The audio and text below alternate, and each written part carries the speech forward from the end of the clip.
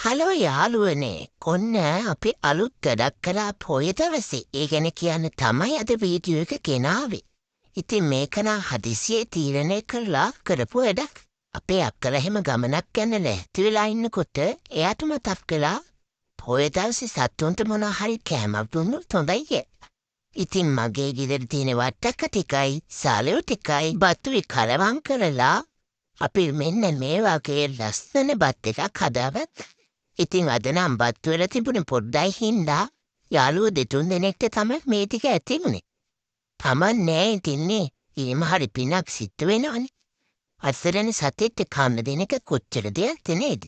අයියා අක්කයි බයික් එකේ ගිහින් තමයි එදා මේ යාළුවන්ට කෑම ටික දුන්නේ.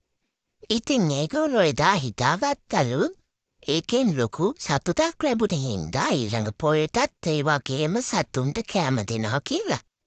ඕන ඉතින් මෙදා පොයටත් අක්කයි අයියයි ලොකු බත් එකක් හදාගෙන පාරේ ඉන්න යාළුවෝ හොයාගෙන ගියා. මේ ඉන්නේ යාළුවෝ. එයාලා රස කර කර කනවා. ඒගොල්ලොන්ට සතුටුයි. එයාලා ස්තුති කරන්නත් අමතක කරන්නේ නැහැ ඉතින්.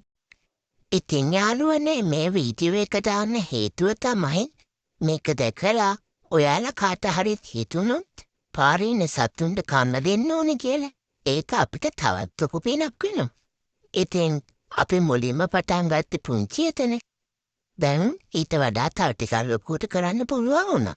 ඊළඟ පාර මීටත් වඩා ගොඩක් අයට කෑම දෙන්න අපි බලාපොරොත්තු වෙනවා. මේ ඉන්නේ අපිට ගිය පාර හම්බ වුණේ යාළුවෙක්ම තමයි. සෙපා දෙන පණිවිඩය තමයි ඔන්න ඕක.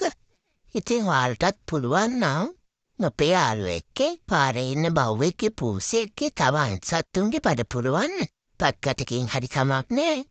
ඉතින් වීඩියෝ එක බැලුවට ඔයාලට ගොඩාක් ස්තුතියි. මං ගිහින් එන්නම්.